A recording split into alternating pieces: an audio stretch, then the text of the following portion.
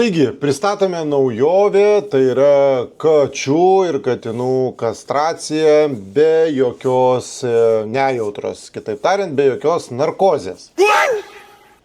Dabar visi sukluso. Keista, ne? Apie tai, kaip pasakiau, atrodo, tai yra neįmanoma ir nesuvokiama. Bet kažkodėl štai mes turime paršiukų kastraciją be jokios nejautros. Jiems neskauda. Nu, visi apie tai šnekame ir jiems gal iš tikrųjų pradedi galvoti, gal neskauda. Bet mes galime šnekėti daug, bet galime pažiūrėti ir video filmukus, kurių yra pilnas internetas.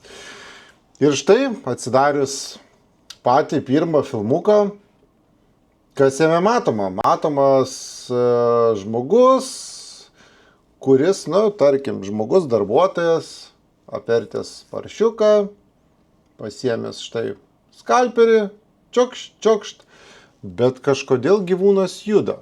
Tada kyla ir klausimas, ar jam iš tikrųjų neskauda. Tai atvirai pasakius, rinkdamas medžiagą šitai temai, taip žiūri iš šono atsilošęs, nes vaizdai yra labai kraupus. Ir gyvūnams iš tikrųjų skauda, nesvarbu, ar tai kačiukas, ar tai šuniukas, ar tai paršiukas, ar tai kitas gyvūnas, bet tai, kas yra daroma, mano nuomonė, kastracijos be bendrosios nejautros, tai yra nesuvokiama. Tai procedūra greita, bet ir jum pirštą nukirsti irgi greita procedūra, kas po to istorija nutyli. Daugelį procedūrų galima padaryti per vieną, galbūt dvi sekundės, bet tai nereiškia, kad gyvūnui neskauda, nepalieka jokios žalos ir taip, paršiukai negali šnekėti. Tiesos yra. Atsakymą turbūt iš jų ir būtų sunku išgirsti. Bet štai, pažiūrėjus vieną video, įsijungi kitą video ir niekas nesikeičia. Tai yra, pavadinkime, antžmogiška ir jokios pagarbos gyvūnui.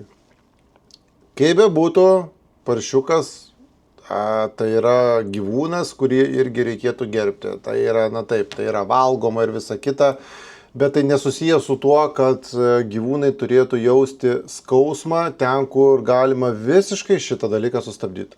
Norėtųsi, kad internetas būtų pilnas filmukų, kaip to išvengti ir kaip tą užkirsti kelią, o ne tai, kad kaip tai atrodo galbūt kitiem normalu. Ne, tai nėra normalu ir tai niekada nebus normalu. Duok Dieve, kad kažkada būtų priimti tie įstatymai dėl gyvūnų gerovės, kad paršiukai nebūtų šitaip kankinami, kaip jie yra kankinami šią dieną. Tuo ir linkėsiu.